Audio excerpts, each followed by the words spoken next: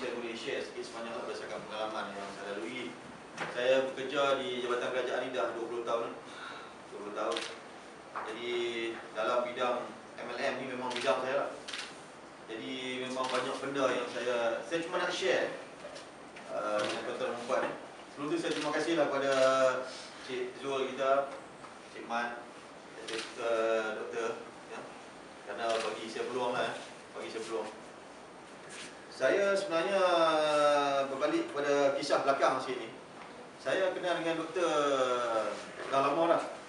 Dr. Khairi ni dah lama sebenarnya. Tapi itulah, semasa tu memang dia ada maklumkan kepada saya, memang dia menceburkan diri dalam bidang-bidang MLM macam ni lah. Tapi dia sebagai product consultant tau. Jadi saya pun sebelum ni memang saya dah maklum pada dia, supaya kalau boleh tu why not? You dah berpengalaman, you pun sendiri keluarkan produk, why not you buat sendiri? Daripada you duduk ni orang kan, buat sendiri. Tapi mungkinlah semasa tu belum ada rezeki dan sebagainya mungkin, ya. Jadi alhamdulillah lah, pada bulan berapa itu dia lagi sekali lah hubungi saya. Jadi dia kebetulan kita berjumpa Cik Zul dan juga Cik Mat. Jadi kita bincang sekali macam mana dia orang minta pandangan saya lah.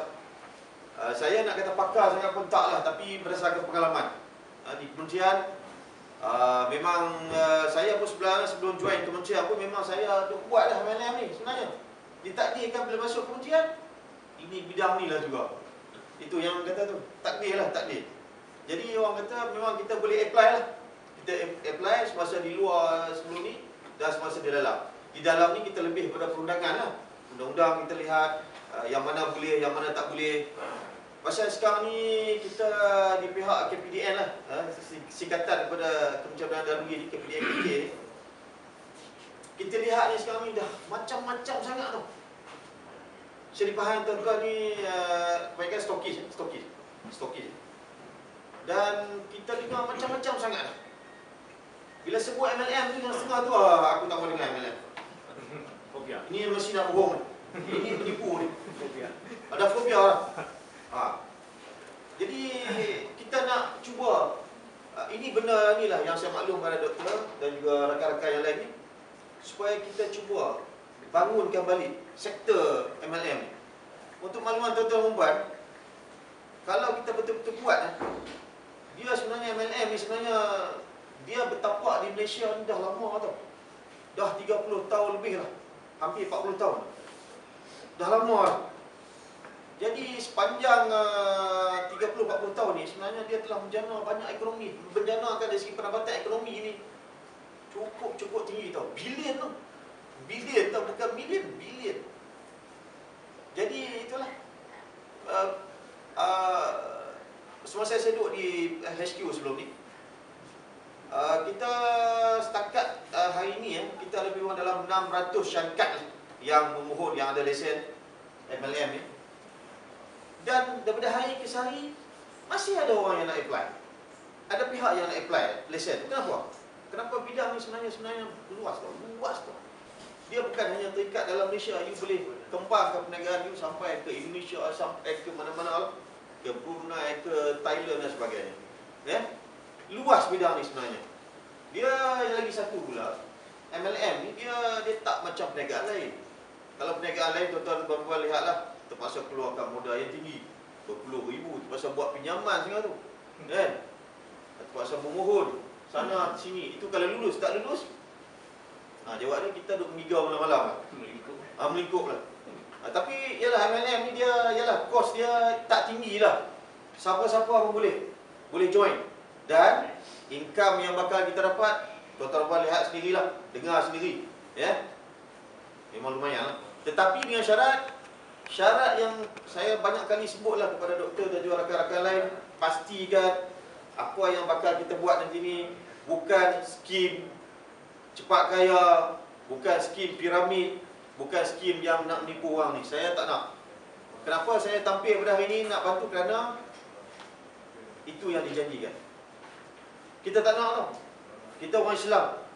Kita buat ni adalah pandangan-pandangan ustaz-ustaz. Saya quote satulah daripada ustaz Datuk Tabis Mufti Selangor.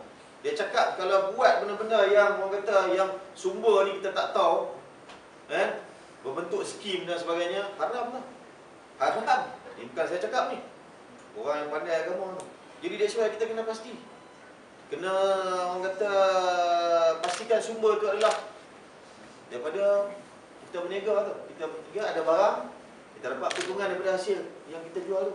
Bukan cakap, ambil duit orang, janji yang bukan-bukan, bulan bintang, dan akhirnya kita lari. Ini banyak berlaku tu. Dan saya pun, saya tak nak. Dan kalau benda ni berlaku, saya lah orang yang pertama yang akan tampil. Saya lah orang yang pertama yang akan tampil dan berjumpa dengan pihak-pihak ni. Pasal saya dah lihat dah macam-macam dah. Sampai tahap, ini minta orang cakap, sampai tahap nak membunuh mana. Cerai berai dalam suami isteri. Kerana apa? Kerana MLM. Ini bukan cerita omong-omong kosong tau, cerita betul.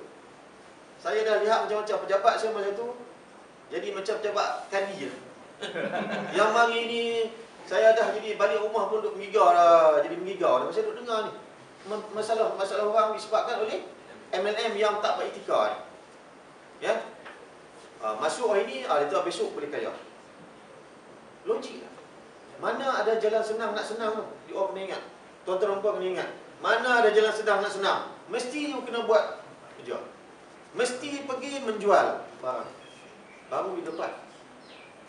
Bukan jual elok tu. Kena ada barang. Jadi dia sesuai lah benda yang saya nyatakan pada doktor sebelum ni. Barang yang kita nak keluarkan ni mesti barang yang memang eksklusif. Barang yang orang kata kita tak boleh dapat di mana-mana. Kalau tuan-tuan lihat sekarang ni, saya tak mahu sebut lah nama-nama company tu. Orang tempat ada, di pasar malam ada, di kaki lima ada. Jadi you sebagai, kita sebagai leader katakan, kita macam mana kita nak jual ni? Kerana produk ni di mana-mana, orang takkan beli lah. Orang akan, yalah katakan kita jual RM10, di luar jual RM5. So macam mana kita nak untung? Akhirnya company tu akan collapse, akan tutup. Jadi kita tak nak benda tu berlaku. Kita tak nak ada pihak-pihak yang beli banyak-banyak, dia pergi balik lungguh bawah tangga kerana dia nak kerjakan itulah bonus dan sebagainya. Itu kita akan pastikan di sini tak berlaku macam tu. Kita tak nak macam tu. Kerana akhirnya menjahanamkan semua orang tu. Kerana adalah pihak-pihak yang berkenaan ni, dia akan tu dia dah aim dah. Dia dah aim dah, aku dah target dalam tempoh setahun aku nak kau sebanyak yang mungkin kan. Yang lain-lain tu melantak dia orang lah kan. Ni owner company ni. Dia dah aim dah. Dia nak kau seberapa banyak yang boleh ni. Dia peduli apa yang ni, yang masuk-masuk ni, yang ahli-ahli ni tak peduli. Betul. Dia lari malam. Ini yang banyak berlaku. Kalau you tengok, company ni, ada, besok, dah tak ada. Ini yang kita akan pastikan supaya company yang ditubuhkan ni, kekal lah. Kalau boleh sampai kiamat lah. Kita cubalah. Dengan sokongan tuan-tuan perempuan kita di pihak kementerian memang kita menyokong lah benda-benda ni. Pasal dia secara tak langsung menjanahkan pendapatan kepada negara. Kerana kita sasarkan macam tahun 2012 itu kita sasarkan 12 bilion tu. 12 bilion.